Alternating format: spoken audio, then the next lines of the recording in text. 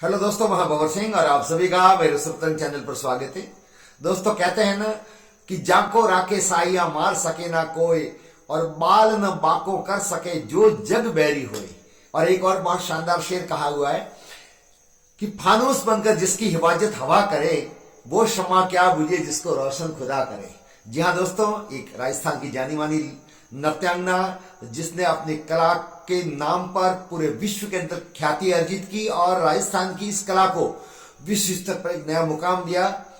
और इसी कलाकार के साथ में ऐसा हुआ था कि जन्म के ठीक 1 घंटे के बाद में उसको जमीन में जिंदा दफनाया गया उस समाज की कुरीतियों के कारण से। लेकिन माँ को जैसे ही पता लगा, भागी भागी गई शमशान पर और जल्दी से मिट्टी खोद करके उस बच्ची को बाहर निकाला, वहां में उसको रखा और फिर वापस उसके प्राण थे वो यथास्थिति में आ गए और उसको फिर पाल पोस के बड़ा किया। समाज की कुरीतियों का विरोध करते हुए उस बच्ची को पाला पोसा।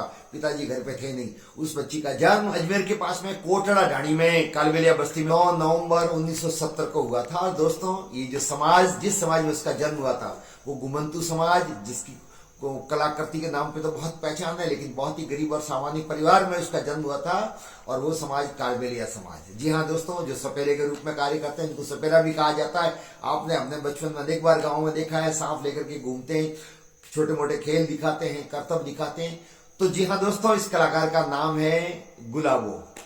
जी हाँ दोस्तों, गुलाबो जिसने पूरे राजस्थान के कालबेलिया नृत्य को विश्व स्तर पर एक अलग पहचान दिलाई।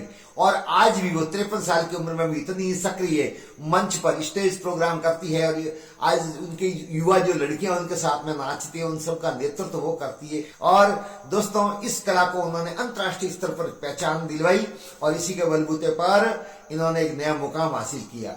तो दोस्तों, आइए जानते हैं गुलाबो के बारे में, उसका जीवन परिचय और क्या स्थिति बनी। मैंने आरंभ में बताया पिताजी के साथ में और परिवार के अन्य सदस्यों के साथ में सांप की बीन की जो धुन बजाते थे, उस सांपों के नाच में ये नाचा करती थी और पेट गुजारा करते थे आम सड़कों पर, मेलों पर, त्योहार तीज पर। देखते देखते जब थोड़ी बड़ी हुई, हिंदुओं का बहुत बड़ा पवित्र स्थान पुष्कर, वहां पर बहुत बड़ा एक पशु मेला लगता है, अंतर्राष्ट्रीय स्तर का ख्याति प्राप्त मेला, जो आप उसके बारे में जानते हैं। उस पशु मेले में गुलाबो भी अपने पिताजी के साथ में वहां पर करतब दिखाती थी, नाच रही थी। उस समय थोड़ी बड़ी भी हो गई थी, 12-13 साल की। और फिर नृत्य करती थी, लोग देखते थे, जो भी किसी को कुछ देना होता पैसे देते थे। उसी दौरान एक सरकारी मुलाजिम तृप्ति पांडे वो वहां गई हुई थी इस मेले में, उसकी नजर इस बच्ची पर पड़ी। देखते ही कहते ना कि हीरे की पारखी तो ज्वेलरी कर सकता है। उसने परख लिया कि ये तो बहुत अद्भुत नृत्य करती है, ऐसा नृत्य तो मैंने कभी देखा नहीं, और इसको मैं तराशूंगी तो निश्चित तौर पर ये राजस्थान के नहीं बल्कि भारत का भी नाम रोशन करेंगे। और उनके पिताजी से संपर्क करके और इस बच्ची को, गुलाबो को, इसको लेकर के और वो दिल्ली गई और फिर वहां जाकर के और सबसे पहले उसको वहां पर स्टेज पर प्रोग्राम दिलाने के लिए उसको प्रोत्साहित किया, छोटे मोटे कार्यक्रम करवाए। और इस प्रकार से 1981 की बात है दोस्तों, 1981 में इनको ब्रेक थ्रू मिला तृप्ति पांडे के माध्यम से।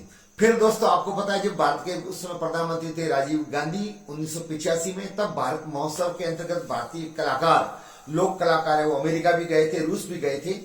तो अमेरिका में 1985 में भारत महोत्सव के लिए जो कलाकार गए, उसमें तृप्ति पांडे ने कोशिश करके इस गुलाबो को भी इस पार्टी में साथ में जोड़ा। लेकिन फिर एंड समय पे एक समस्या आ गई।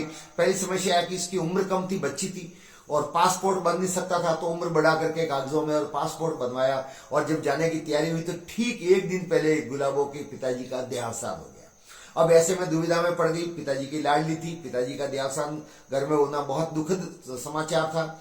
तो वो टूट गई, निराश हो गई और वहां अमेरिका जाने के लिए उसने मना कर दिया। लेकिन तृप्ति पांडे ने समझाया, उसकी मां से मिली और आखिरकार मां की सहमति लेकर के और हौसला रखते हुए गुलाबो 1985 में भारत महोत्सव के अंतर्गत कलाकारों के साथ में पहली बार अमेरिका गई। और वहां जाकर के जो उसने क्षमा बांधा उस कार्यक्रम में हमारे भारतीय कलाकारों के साथ में, तो वैसे एक से एक शानदार वहां प्रस्तुति दी गई हमारे लोक कलाकारों द्वारा। लेकिन जो गुलाबो का कार्यक्रम पूरे दुनिया भर के लोगों के साथ में, अमेरिका के दर्शकों ने भी उस कार्यक्रम को बहुत सराहा और ये देखते देखते पूरे अमेरिका के अंदर बहुत लोकप्रिय हो गई। और दोस्तों कहते हैं उसको वहां ऑफर भी दिया गया था, अमेरिका की नागरिकता देने के लिए ऑफर किया गया था, वहां ही रह करके ये नृत्य सिखाने के लिए कहा। लेकिन गुलाबो के अंदर देश की भावना थी, देशभक्ति की भावना थी, उसने मना कर दिया। और पुनः भारत आई आकर के उस समय भारत के प्रधानमंत्री राजीव गांधी से मिली। राजीव गांधी जी के उन्होंने राखी बांधी और उनको अपना भाई बनाया और उनसे अनुरोध किया कि मैं मेरे समाज के बीच में रहना चाहती हूँ, मेरी संस्कृति, मेरी परंपरा, मेरी कला, मेरी हुनर, मेरा नृत्य, उसको मैं उनके बीच में रह करके विश्व स्तर पर एक अलग मुकाम पर पहुंचाऊंगी, ये मेरी हार्दिक इच्छा है। उनकी इच्छाओं का सम्मान करते हुए पुनः वो राजस्थान आई।